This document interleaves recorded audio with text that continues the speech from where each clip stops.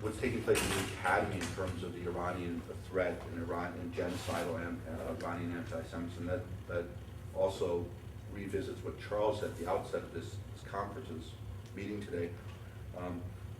What I'm trying to understand is, why is there this disconnect?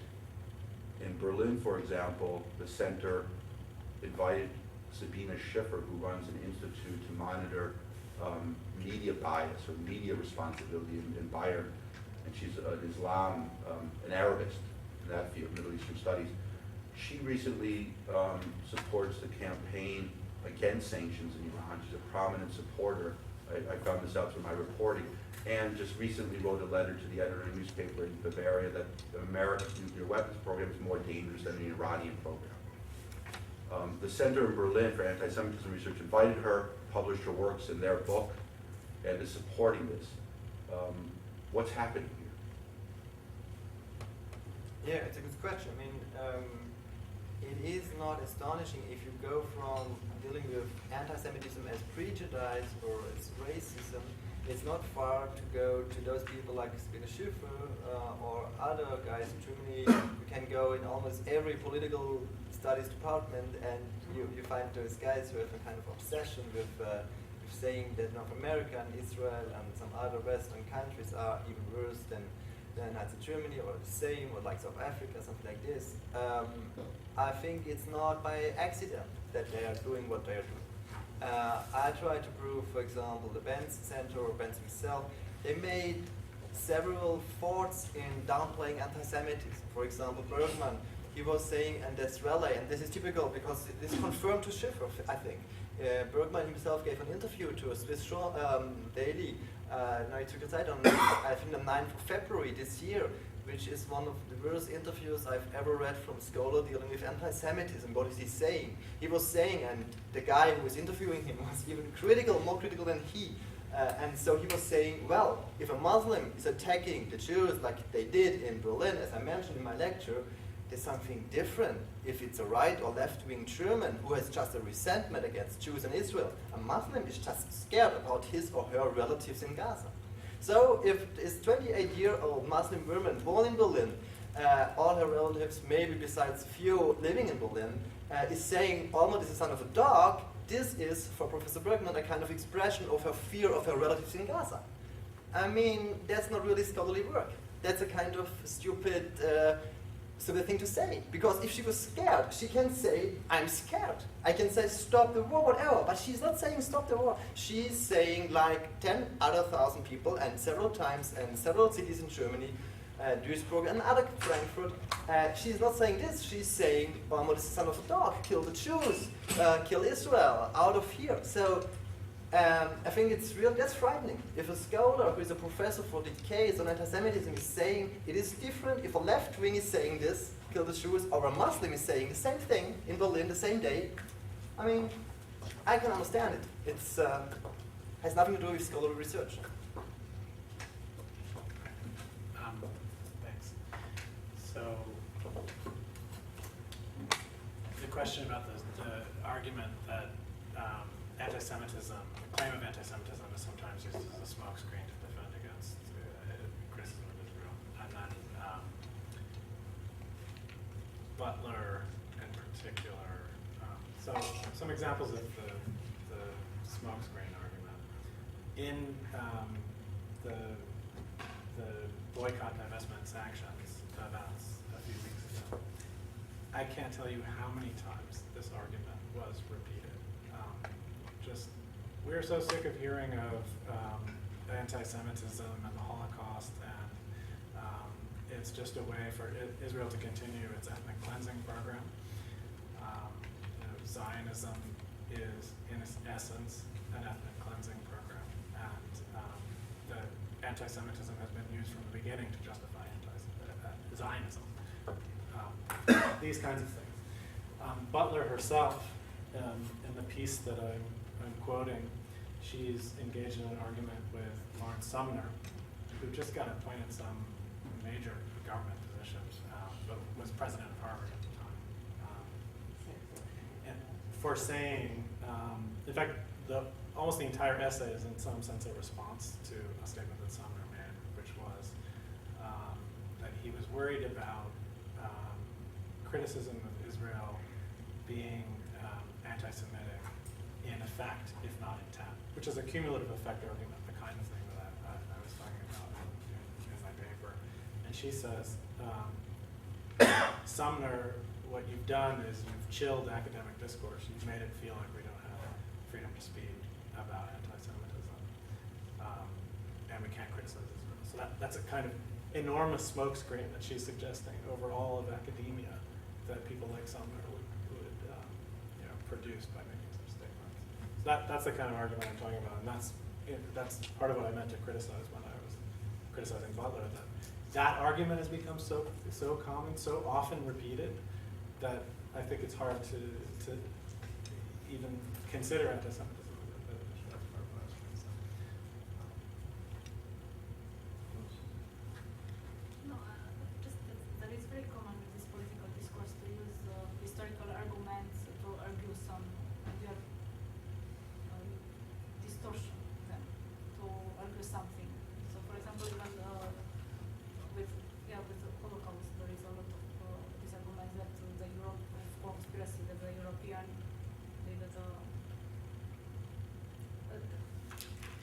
that in fact the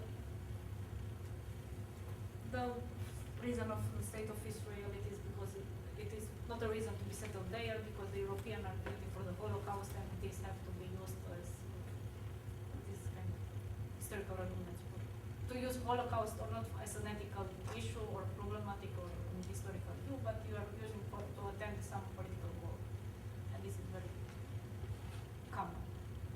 Also, I think for Larry Summers, just as a footnote to this, I think he spoke in 2005, and he was one of the few leading academics to stand up and speak out against anti-Semitism and Israel bashing in a very powerful way. And I think it was a very important moment in the American political landscape when it came to confronting anti-Semitism.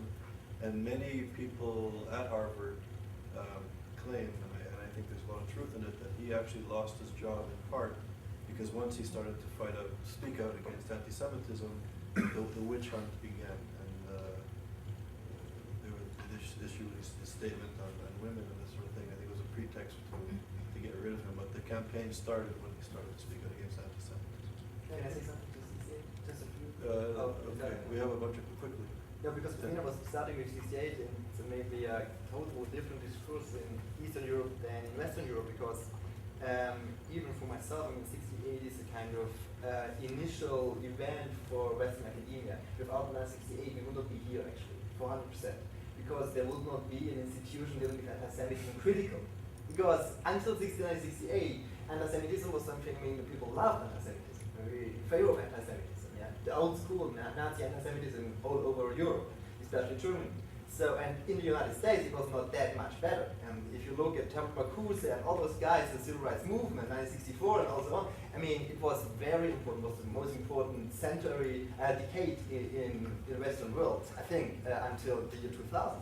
So the changes of 1968, which is actually beginning much before 1968, but it's a symbol 68, it was 65, 66, 67, Bob Dylan, all those guys, I mean, that is for every kind of fighting against bigotry and free speech. And you mentioned everyone is equal.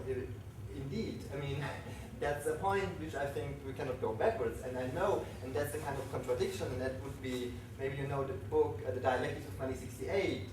It hasn't been written, but it has to be written maybe by someone, sometime, because the Dialectics of 68 is, of course, there have been a lot of left-wing people becoming anti-Semitic, even anti-Western, at that time and later on, but it was not a starting point. Starting point was something different. It was a kind of against the old typical school of seeing university as, well, we have professors, they are on the highest level, then you have co-workers, and you have students maybe, and you have people who clean the toilets, and so this actually changed, at least to a specific PowerPoint. And so I think you cannot say 68 is radicalization and it's bad and it's ugly.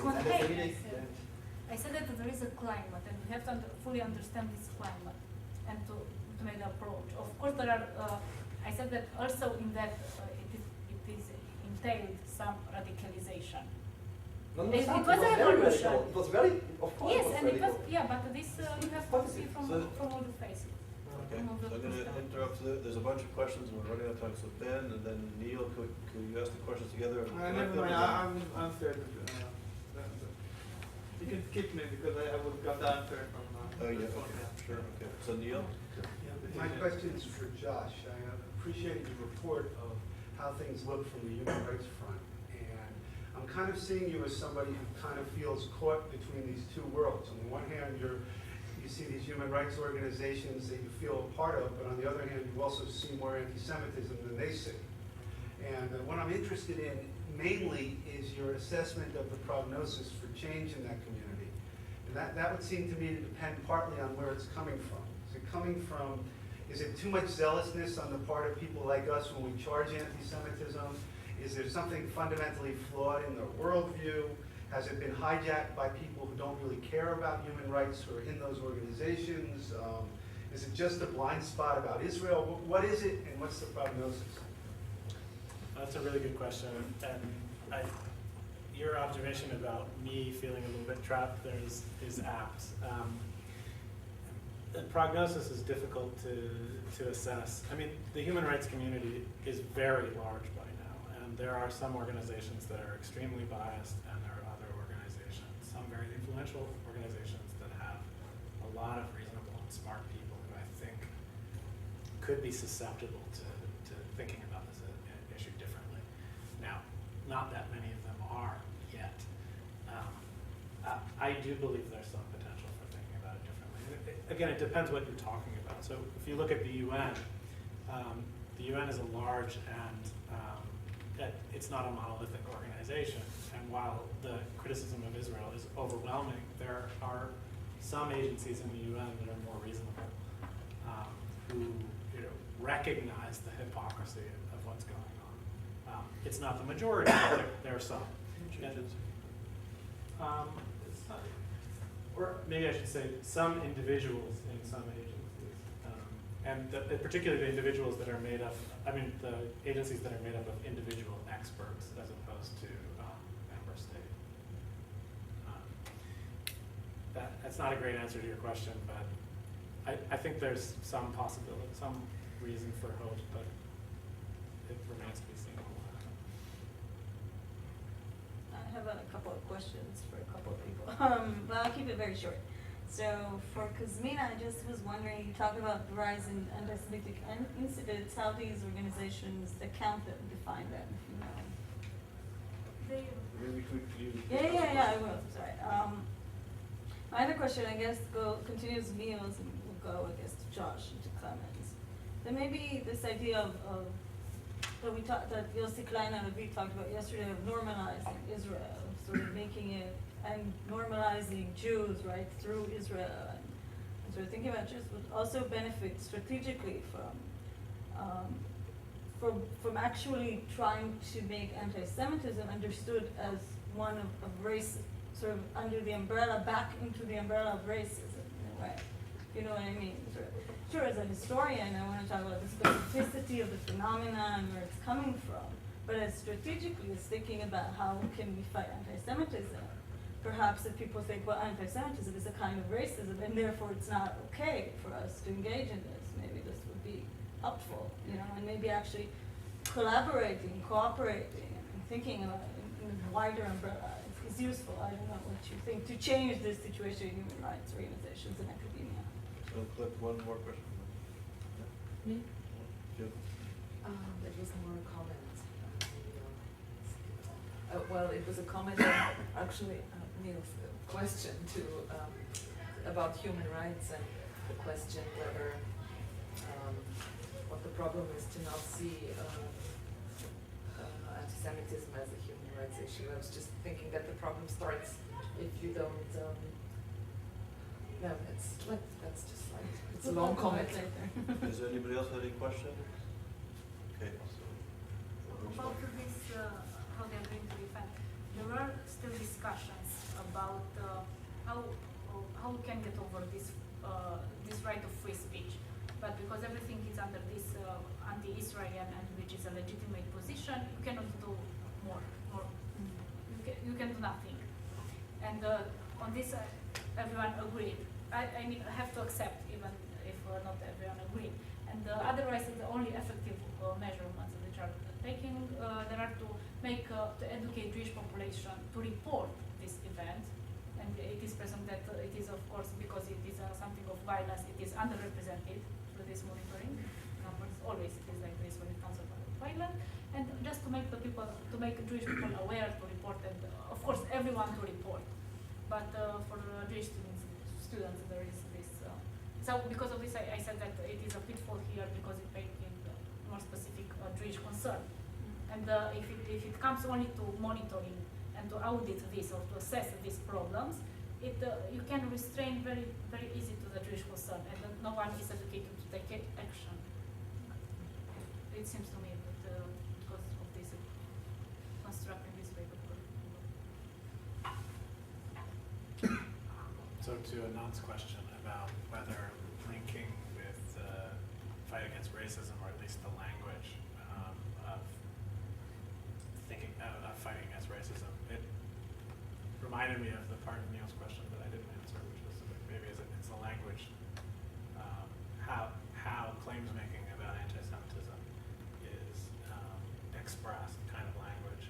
I think, yeah, when you're talking about reaching human rights advocates or any other particular community, the way the language is expressed, or the way the claims are expressed, makes a big difference. And that's not to say I know exactly the answer of how to do it. But I was thinking today about why is it that, for example, fighting for Tibetan rights can be seen as not inherently biased. Anyone can fight for Tibetan rights. There's no political bias in doing that. You're just, fighting for human rights. It's a good cause. But fighting for Jewish rights, sort of like Ben's comment earlier, that the idea of studying anti-Semitism, the way that's perceived is parallel to the idea of fighting for Jewish rights. Somehow that's inherently biased. And not for everyone, obviously, not for everyone in this room, we hope. There is no image of Tibetans as a conspiracy or whatever powerful. Well, Sure. that we know. Well, you'll that ask we him, know. I wasn't asking like I didn't. China, you know. The Okay. Chinese probably will see it as No. I meant it as a rhetorical question. Thank you. Not a real question. Like I live in the West. No. Mr. Henley, the last word of the conference. I mean, strategically dealing with anti-Semitism as racism, just to say to those people who usually just deal with racism, that they say, well, we also would like to deal with racism, can you include us, please? I mean, the attempt of scholars, of activists, of politicians, diplomats the last decades, I mean, it was exactly that way. I mean, if you look at every declaration of Jewish community in Europe, in Germany, in the US, including the ADL, the American Jews, they always say we are fighting, they do in fact. If you look at the 60s and 50s, they have been fighting against racism. Means they say we fight for the rights of black people to be as equal as any other one. And now what are black people doing today? Are they supporting Jews as the Jews did support the blacks in the 60s? They are not. It's not the same. That's the point. Yeah. So, Okay, on that note, we have to end now. So everybody, thank you very much, and I hope we'll have a follow-up discussion about what to do with the papers, and I hope we'll the public will do some stuff with it. So thank you, everybody. Thank you, Lauren. And if anybody wants to go to the pub.